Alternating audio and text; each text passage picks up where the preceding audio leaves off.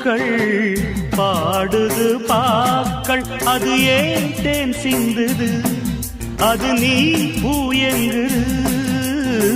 பூவிலூரும் வண்டு போதை ஒன்று கொண்டு, அது ஏன் திண்டாடுது, போதைதான் பண்பாடுது.